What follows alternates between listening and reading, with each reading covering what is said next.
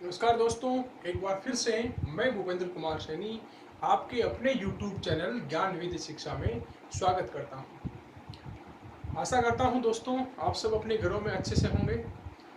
दोस्तों, हम इतिहास को शुरू कर चुके थे। काफ़ी वीडियो मेरे आ चुके हैं पहले के, कम से कम 15 या 20 वीडियो कंप्लीट हो चुके हैं। अगर बात करें इतिहास की, तो मैंने आपको इतिहास के अंदर समझाया था कि आपको इतिहास को क्रमबद्ध तरीके से पढ़ना होगा। उसके लिए मैंने आपको शुरुआत की थी, प्राचीन सभ्यताओं से शुरुआत की थी। फिर मैंने आपको प्राचीन सभ्यताओं के बाद में मैंने आपको कुछ अभिलेख बताए थे। क्या बताए थे? अभिलेख कह सकते हो, बताए थे। अब उस अभिलेखों के बाद में हम शुरुआत करने जा रहे हैं इतिहास के एक नए पड़ाव की ओर, जो राजवंश परिवार है। राजवंश की बात करने जाएंगे। यानी अपना आज जो पहला टॉपिक रहेगा वो रहेगा राजपूतों की उत्पत्ति। राजस्थान के विषय की बात कर रहे हैं, किसके? राजस्थान के विषय की। तो हम जानेंगे विस्तृत रूप से कि किस प्रकार से राजपूतों की उत्पत्ति राजस्थान में हुई और किस प्रकार से राजपूत अपना प्रभाव राजस्थान पे जमा पाए।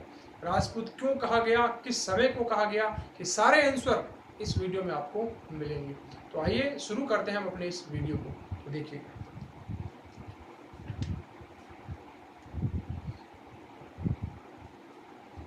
राजपूतों की उत्पत्ति की बात कहें तो कह सकते हो कि भारत के अंदर एक हम पढ़ते हैं गुप्त साम्राज्य। गुप्त साम्राज्य के पतन के बाद समथिंग समथिंग ये साम्राज्य चल रहा था 5 सदी की समथिंग। कौन सदी की समथिंग? 5 सदी की समथिंग।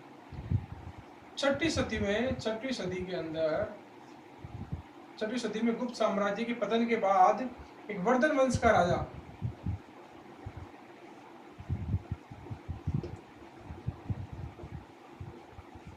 जिसका नाम हम कह सकते हैं हर्षवर्धन। हर्षवर्धन ये आपके 6वीं से 7वीं सदी तक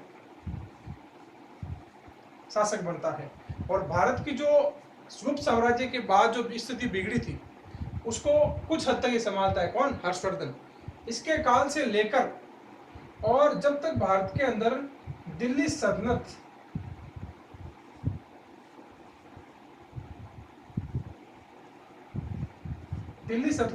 जो कि 12वीं से 13वीं शताब्दी के अंदर, या कह सकते हैं 13वीं सदी के अंदर जो ये बीच का समय रहा, ये कह सकते हो जो बीच का टाइम पीरियड रहा, जो बीच का समय है, उसे भारत में इस समय को राजपूत काल कहा गया। क्या कहा गया? राजपूत काल। क्या कहा गया? राजपूत काल या राजपूत समय कहा गया इस समय को। कब से कब तक को? 6 से 7वीं शताब्दी और 12वीं से 13वीं शताब्दी, तब तक दिल्ली सल्तनत पर आपके कह सकते हो कि दिल्ली सल्तनत की स्थापना नहीं हो सकी थी। जब तक ये आप कह सकते हो जैसे आपका गयासुद्दीन तुगलक है, अलाउद्दीन उसके बाद में खिलजियों का, तुगलक के बाद में सॉरी खिलजी बाद तुगलक वगैरह ये सारे जितने भी आए थे उन तक, उससे पहले 6वीं से 7वीं शताब्दी के बीच का समय, तो बीच का ये टाइम है, उसकी बात कर रहे हैं, भारत में बात कर रहे हैं। इसको राजपूत काल कहा गया। क्या कहा गया? राजपूत काल। अब बात करें राजपूत काल इसको कहा गया, तो ये भारत के परिप्रेक्ष्य में बात है। किसके परिप्रेक्ष्य में? भारत के परिप्रेक्ष्य में। अब हम बात करेंगे राजस्थान में, किसके बारे में? राजस्थान में। राजस्थान की बात करें तो कह सकते हो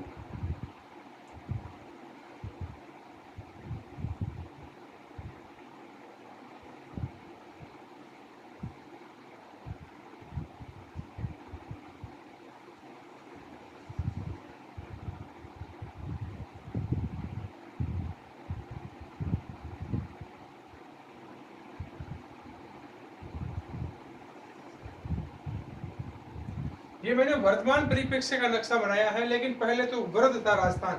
यहाँ तक की सीमाएं मिलती थी, यहाँ तक आगे भी मिलती थी, यहाँ तक ये यहाँ तक कह सकते हो ये चाइना का बॉर्डर जो ये था, और ये भी अपना हिस्सा था, और कह सकते हो इधर भी अफगान वाला हिस्सा भी अपना था। लेकिन मैंने वर्तमान परिप्रेक्ष्य का बनाया है। राजस्थान की बात करें तो ये हिस्सा राजस्थान के पल्ले पड़ता है।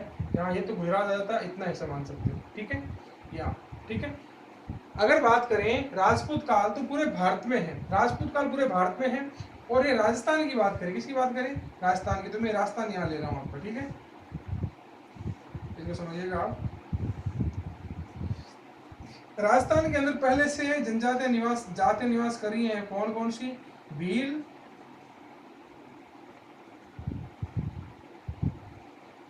ब्राह्मण, आपके मेवाती,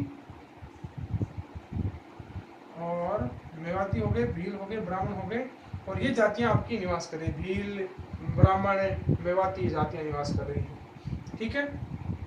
तो अब जो बाहर के शासक हैं, इंडिया से जो बाहर के शासक हैं, ये क्या करते हैं, जितने भी भारत के शासक हैं बाकी जो इस काल के, ये क्या करते हैं कि राजस्थान में प्रवेश करते हैं। कहाँ प्रवेश करते हैं, राजस्थान में, सर्वप्रथम दक्षिणी भाग में, कहाँ पे, दक्षिणी भाग में।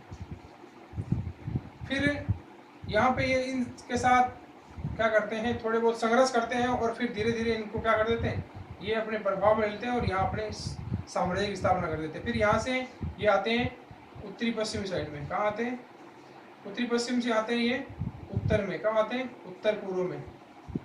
इस प्रकार ये कह सकते हो पूरे राजस्थान पे कह सकते हो कि जो राजपूतों का साम्राज्य है वो फैल चुका है। इसका राजपूतों का साम्राज्य फैल चुका है। अब इस राजपूत साम्राज्य के अंदर क्या क्या चीजें हुई, कैसे हुई, उसके बारे में बात करेंगे, ठीक है।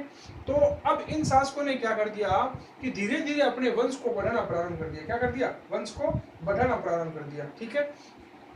तो अब इनमें से प्रमुख जो राजवंश हुए कौन से, इनमें से जो प्रमुख राजवंश हुए उनके अंदर तो प्रमुख रूप से कौन आते हैं, देखिएगा, आमेर का कच्छावा वंश, आमेर का कच्छावा वंश, मारवाड़ का पर्तियार वंश,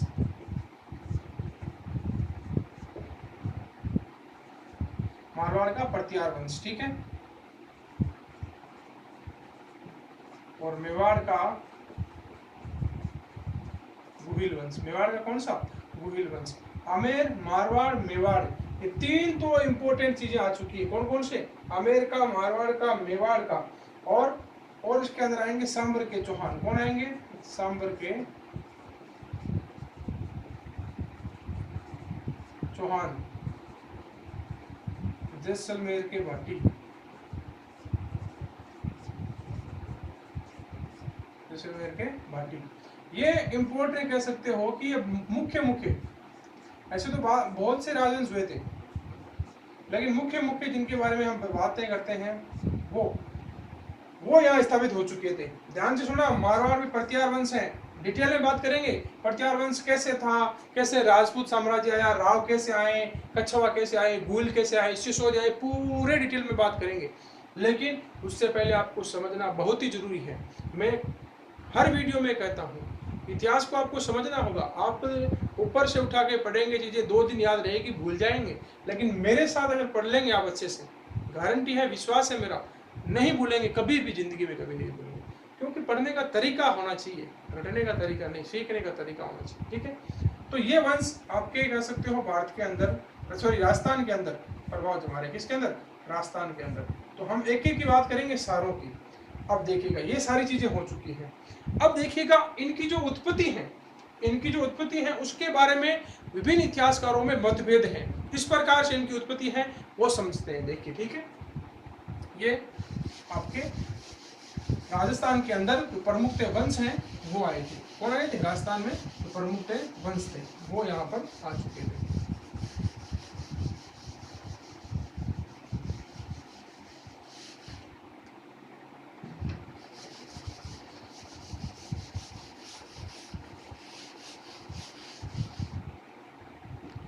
अब देखिएगा राजपूतों की उत्पत्ति की बात करें तो इसके अंदर 2 सिद्धांत हैं। कितने सिद्धांत हैं, 2। हम दोनों की चर्चा करेंगे, देखिए, ठीक है। पहला कहें कि राजपूतों को ना जो विदेशी इतिहासकार हैं, जो विदेशी इतिहासकार या कह सकते हो विदेशी इतिहासकार या जो बाहर से इतिहासकार थे वो कहते हैं कि राजपूत विदेशी संतान थे। क्या थे? राजपूत विदेशी संतान थे। क्या थे? विदेशी संतान थे, यानी बाहर से आए थे राजपूत, भारत के नहीं बाहर से आए थे। एक देशी सिद्धांत है, देशी उत्पत्ति। कौन सी उत्पत्ति? देशी उत्पत्ति। इसको देशी संतान, विदेशी उत्पत्ति कह सकते हो, संतान या उत्पत्ति कह सकते हो। क्या कह सकते हो? विदेशी उत्पत्ति। दोनों का मत पढ़ेंगे हम, राजपूतों की उत्पत्ति पढ़ेंगे, फिर मैं एक एक वंश को शुरू करूंगा, पूरा डिटेल में चलेंगे अपन। मेरा विश्वास रखिए आप, मैं इतना गजब की तैयारी करवा दूंगा आपको कहीं पर ऐसा कंटेंट नहीं मिलेगा, बता देता हूँ, कंटेंट ऐसा कहीं नहीं मिलेगा आपको। देखिएगा विदेशी इतिहासकार, अब देखिए विदेशी इतिहासकार में देखिएगा जो कर्नल जेम्स टोड है। कौन? Colonel James Tod. इसे हम कहते हैं राजस्थान के इतिहास का, राजस्थान इतिहास का जनक कह सकते हैं इसे, राजस्थान इतिहास का जनक माना जाता है इसे। ये क्या कहता है कि जो ये राजपूत थे, ये जो राजपूत थे वो क्या है? विदेशी संतान है। क्या है? विदेशी संतान है। कैसे? ये क्या कहता है कि जो एक इनका आधार क्या देता है, ये आधार क्या देता है विदेशी होने का? जो राजपूत है उनका विदेशी होने का आधार क्या देता है? ये आधार ये देता है कि जो जातियां हैं शक, हूण, शीतियन, शक, हूण, शीतियन, और जो जातियां हैं इनके जो कर्मकांड है वो वैसे के वैसे राजपूतों के हैं। किसके? राजपूतों के। आपकी जातियां शक, हूण, शीतियन और युची, ये विदेशी जातियां। किस जातियां हैं? विदेशी जातियां हैं। अब ये क्या करते थे? इनकी जो कह सकते हैं इनकी जो संस्कृति थी वो कौन सी थी? ये क्या करते थे? यज्ञ करते थे, ये सूर्य की पूजा करते थे, यज्ञ करते थे, सूर्य की पूजा करते थे, सती प्रथा में विश्वास रखते थे, अश्वमेध यज्ञ करते थे। क्या करते थे? अश्वमेध यज्ञ करते थे, और बाकी बारी सारी चीजें भी ये करते थे। कौन? जो विदेशी राजपूत, विदेशी है जो। कौन? राजपूतों की बात नहीं कर रहे अभी, हम विदेशों की बात करें। किसकी? विदेशों की। ठीक है। अब ये इनके सारे के सारे जो रीति रिवाज हैं ये किसके हैं? सॉरी यहाँ पे लगाना इसको। ये है इनके। किनके? इनके। अब यही समानता किसमें मिली? इन राजपूतों में मिली। किसमें मिली? इन्हीं राजपूतों में मिली। किसमें मिली? इन्हीं राजपूतों में मिली। इन्हीं राजपूतों में ये समानता मिली जिसके कारण जेम्स टोड में राजपूतों में समानता मिली। क्या मिली? समानता। भाई हम भी यज्ञ करते हैं, सूर्य की पूजा करते हैं, सती प्रथा भी थी, अश्वमेध यज्ञ था, ये भी यही स्थिति थी। तो कर्नल जेम्स टोड ये जो कहता है कि राजपूतों की उत्पत्ति विदेशी जातियों से। किसे? विदेशी जातियों से है। मैं किसी प्रकार से किसी भावना को टेस्ट नहीं बता, जो इतिहास में लिखा है, जो आमतौर पर हम पढ़ते हैं वही बता रहा हूँ मैं। ठीक है। अब देखिएगा, अब ये चीजें होंगी। इसके बाद में ये पहला नाम कर्नल जेम्स टोड का, उसके बाद में कर्नल जेम्स टोड के बाद में जो कर्नल जेम्स टोड की जो बुक्स हैं उसका जो संकलन किया था। क्या किया था? संकलन। किसने? डॉक्टर विलियम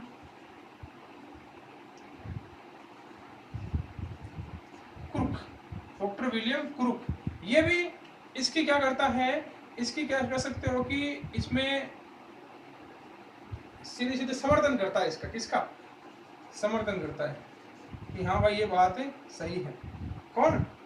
ये डॉक्टर विलियम क्रुक। उसके बाद में स्मिथ, ये भी क्या करता है? इसकी समर्थन करता है कि हाँ ये सही थे। स्मिथ कहता है कि शीतियनों से राजपूतों की उत्पत्ति है। किससे? शीतियनों से। किससे? शीतियनों से। और ये विलियम क्रुक कहता है कि शक और हूणों से है। किससे है? शक और हूणों से। ये अलग अलग मत रखते हैं। ठीक, सारे के सारे। कौन? ये आपके जितने भी प्रकार के विदेशी हैं वो। ठीक है। अब देखिएगा इसके बाद में क्या हुआ। ये तो था आपका विदेशी इतिहासकारों का, इन्होंने ऐसे बता दिया। तो विद्वानों आपको याद कौन कौन से, देखो सारे विद्वानों आपको याद रखने नाम, विलियम क्रूक के, स्मिथ के, विलियम क्रूक के और कर्नल जेम्स टोड के, तीनों ये अंग्रेजी साहित्यकार हैं। कौन है? अंग्रेजी साहित्यकार। इनके नाम पूछे जाते हैं, इनके नाम दे दिए जाते हैं एग्जाम के अंदर, सीधा सीधा पूछ लिया जाता है कि राजपूतों की विदेशी उत्पत्ति को मानने वाले निम्न में से हैं। 3 या 4 ऑप्शन आपको मिलते हैं, उनमें से एक ऑप्शन ये जरूर मिलेगा आपको। पिछले पेपर उठा के देखिए आप, अच्छे से पता चलेगा आपको। ठीक है, अब देखिएगा ये बात हमने कर ली। अब देशी उत्पत्ति की बात करें, किसकी? देशी उत्पत्ति की। देशी उत्पत्ति की बात करें तो देशी उत्पत्ति के अंदर बात करें तो पृथ्वीराज रासो,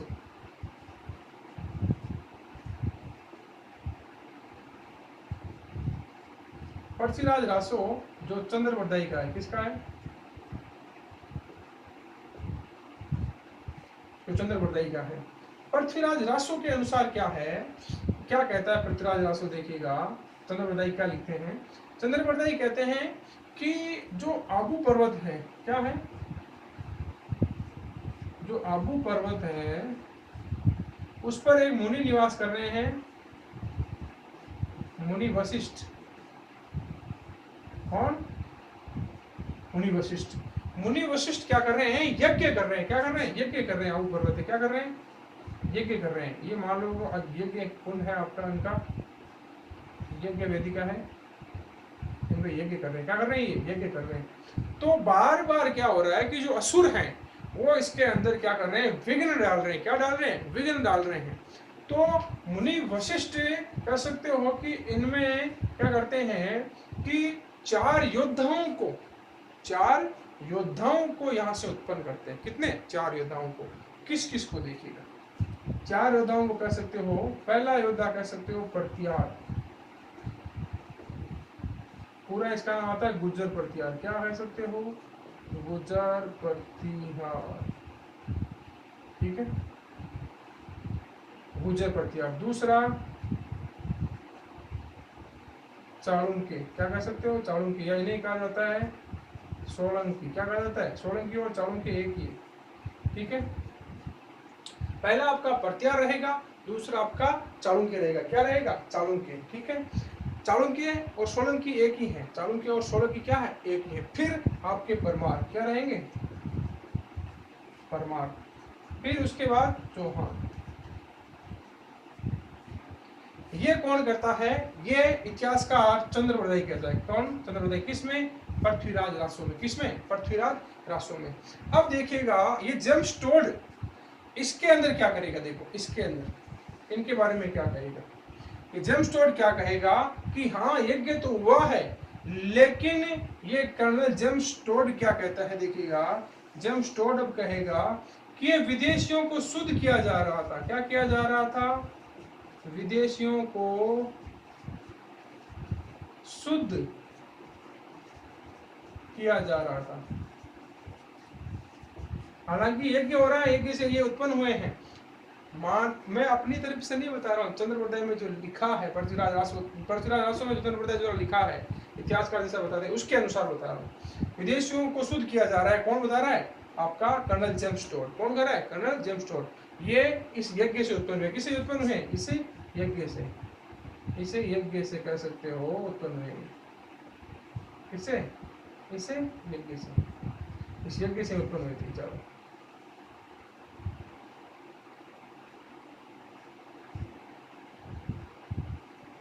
चारों जनजातियां इससे उत्पन्न हुई है। ठीक है, अब देखिएगा इस पृथ्वीराज रासो के चंद्रवरदाई का जो समर्थन है, वो समर्थन कौन कौन करते हैं? देखिएगा, ध्यान से सुनना, ये भी मत काफी इंपॉर्टेंट रहेगा। कौन कौन समर्थन करते हैं? मोनोथ नैन्सी और सूर्यमल मिश्र। कौन? सूर्यमल मिश्र। तो कवि है ना सूर्यमल मिश्रण, वो कवि सूर्यमल मिश्रण। और ये इंपॉर्टेंट है, फैक्ट याद रखना है आपको। कवि सूर्यमल मिश्रण और ये दोनों ये इसको स्वीकार करते हैं कि ये बात सही है। ठीक है, दोनों के दोनों स्वीकार करते हैं। तो दिया किसने था? चंद्रवरदाई ने सिद्धांत दिया था देशी उत्पत्ति का सबसे पहले, ठीक है, इसके अनुसार ये उत्पत्ति हुई है, ठीक है। अब आपको याद रखने का सीधा सीधा बात है कि किसको विदेशियों को शुद्ध किया जा रहा है, किसने माना? ये कर्नल जेम्स टोड ने। किसने माना? कर्नल जेम्स टोड ने। पृथ्वीराज रासो के अंदर लिखा हुआ है कि यज्ञ से, या कह सकते हो अग्निकुंड, इसको और कह सकते हो क्या? अग्निकुंड, अग्निकुंड से उत्पन्न, अग्निकुंड से उत्पत्ति मानी गई इनकी। किसके? अग्निकुंड से, ठीक है। अब देखिएगा दूसरा सिद्धांत पढ़ते हैं इनका, ठीक है।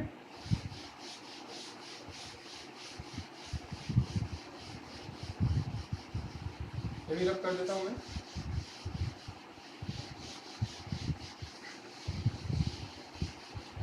इसी की बात कर रहे हैं अभी हम देशी उत्पत्ति के अंदर, ठीक है। पहला सिद्धांत हमने पढ़ दिया, दूसरा सिद्धांत पढ़ते हैं अपने इसके अंदर, ठीक है। दूसरा सिद्धांत क्या है कि सत्तरियों से उत्पत्ति है। किससे? सत्तरियों से उत्पन्न माना है। किससे उत्पन्न माना है? सत्तरियों से उत्पन्न, ठीक है। और ये मत स्वीकार्य है, सबसे ज्यादा स्वीकार्य मत है, सबसे ज्यादा स्वीकार्य है ये मत, सबसे ज्यादा स्वीकार्य है, ध्यान रखना। सबसे ज्यादा मत कौन स्वीकार्य है? सत्तरियों की उत्पत्ति से। सत्तरियों के अंदर भी दो प्रकार थे। कितने प्रकार? दो प्रकार। कैसे कैसे देखिएगा। एक है आपका सूर्यवंशी, क्या? सूर्यवंशी। एक आपका चंद्रवंशी। कौन सा? चंद्रवंशी। जैसे सुनते हो ना, हम कहते हैं सूर्यवंशी चौहान है, वो चंद्रवंशी है, ऐसा है, ठीक है। अब देखिएगा इसके अंदर कौन कौन से क्या क्या चीजें रहेगी। जैसे चौहानों की गिनती इसमें की जाने लगी। किसकी? चौहानों की गिनती। और जितने भी हैं अलग अलग डिफाइन करते हैं, लेकिन दोनों है क्या? सत्तरी हैं। दोनों है क्या? सत्तरी रहेंगे दोनों के दोनों, ठीक है। अब देखिएगा कि आपके चौहान आगे सारे के सारे इन सिद्धांतों की कह सकते हो, इसके अंदर प्रत्यार रख सकते हो। और बाकी आपके जो यादव वगैरह है ये इनमें रख सकते हो, यादव वगैरह जो भी बाकी बचेंगे ना। तो इस सिद्धांत की है, ये समर्थन करते हैं कौन? पंडित दशरथ शर्मा। पंडित दशरथ शर्मा। पंडित दशरथ शर्मा कहते हैं कि ये सबसे अच्छा प्रूफ है, कह सकते हो सबसे अच्छा फैक्ट है। और इतिहासकार पंडित गौरी शंकर हीरानंद ओझा ये भी स्वीकार करते हैं। तो याद रखना है आपको, सबसे ज्यादा स्वीकार्य मत कौन सा है? इसके अंदर इंपैक्ट दो फैक्ट हैं, 17 और कौन कौन से? पंडित दशरथ शर्मा, पंडित गौरी शंकर हीराचंद ओझा, हीरानंद ओझा। दो ये फैक्ट याद रखने आपको। कौन से? ये दो इंपॉर्टेंट फैक्ट आपको याद रखने, ठीक है। अब देखिएगा दो सिद्धांत ये हो गए। दूसरा फैक्ट कौन कौन से याद रखने बता दो, ये एक और ये दो। अब इसके आगे देखिए,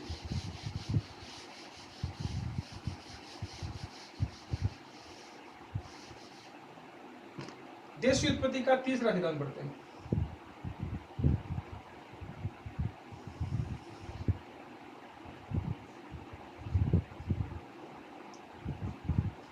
फैक्ट नंबर 3 देखिए। तीसरा क्या कहते हैं कई विद्वान? कहते हैं ब्राह्मणों से उत्पत्ति है। किससे? ब्राह्मणों से उत्पन्न है। किससे उत्पन्न है? ब्राह्मणों से। कई विद्वान कहते हैं कि जो राजपूतों की उत्पत्ति है वो ब्राह्मणों से। किससे है? ब्राह्मणों से है। कैसे? कि आपके जितने भी जो आपका डी.आर. भंडारकर है। कौन? डी.आर. भंडारकर, ये भी एक इतिहासकार अच्छा खासा। और जितने भी दशरथ शर्मा है, जो पीछे मैंने बताया था, ये भी दशरथ शर्मा है। पंडित दशरथ शर्मा है, डी.आर. भंडारकर है, ये जितने भी विद्वान हैं ये आपके क्या कहते हैं कि इनसे उत्पत्ति है। और एक विद्वान और आता है गोपीनाथ शर्मा। गोपीनाथ शर्मा ये क्या कहते हैं देखिए। ये कहते हैं एक ये डी.आर. भंडारकर, मैंने कहा था आपको एक शिलालेख पढ़ाया था। कौन सा शिलालेख? दिजोले शिलालेख। कौन सा शिलालेख? बिजोलिया शिलालेख मैंने पढ़ाया है और बताया भी है खोजकर्ता कौन थे, बिजोलिया के पढ़ने वाले कौन थे, बिजोलिया शिलालेख। इसीलिए मैंने शिलालेख पहले पढ़ाए थे आपको। बिजोलिया शिलालेख के अनुसार क्या कहता है कि इन्होंने क्या कर दिया कि राजपूतों की गोत्र भी बता दी। क्या बता दी? गोत्र बता दी। क्या बता दी? गोत्र। कैसे बता दी? बिजोलिया शिलालेख के अनुसार हमें किसका पता चला था? जो सांबर का संस्थापक था। किसका? सांबर के चौहानों का संस्थापक। सांबर के चौहानों का जो संस्थापक था, संस्थापक कौन था? वासुदेव चौहान।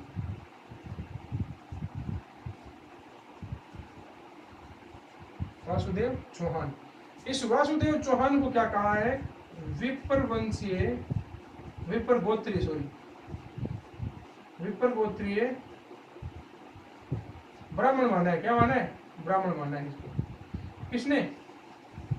इन तीनों इतिहासकारों ने, सॉरी डी.आर. भंडारकर ने माना, इनका समर्थन इन्होंने किया है कि सांबर के चौहान थे। जो संस्थापक था वासुदेव चौहान। कौन? वासुदेव चौहान। ये क्या था? विपर गोत्रीय ब्राह्मण था। क्या था? विपर गोत्रीय ब्राह्मण था। और मैंने आपको बताया था कि चौहानों की उत्पत्ति किससे हुई थी? अग्निकुंड से हुई थी। किससे हुई थी? अग्निकुंड से हमने माना था। किसे माना था? अग्निकुंड से। तो इस प्रकार से विद्वान क्या करते हैं? अपने अलग अलग मत देते हैं। क्या देते हैं? अलग अलग मत देते हैं। तो इस प्रकार से कह सकते हो कि जो राजपूतों की उत्पत्ति है, ओरिजिन ऑफ राजपूत्स, ये अलग अलग फैक्ट है सभी के। और ज्यादा आपका कौन सा स्वीकार्य है? जो क्षत्रियों से उत्पन्न है। किससे? क्षत्रियों से। लेकिन क्वेश्चन एग्जाम में ये नहीं आता। आज देखिएगा, अगर आप इतिहास पढ़ेंगे तो आप सारे के सारे जितने भी फैक्ट हैं वो सारे को याद हैं, लेकिन नंबर एग्जाम में लाने वाले विद्यार्थी वही होंगे कि जो अंत तक कह सकते हो तय तक जाते हैं, एग्जाम की जड़ तक जाते हैं। कैसे?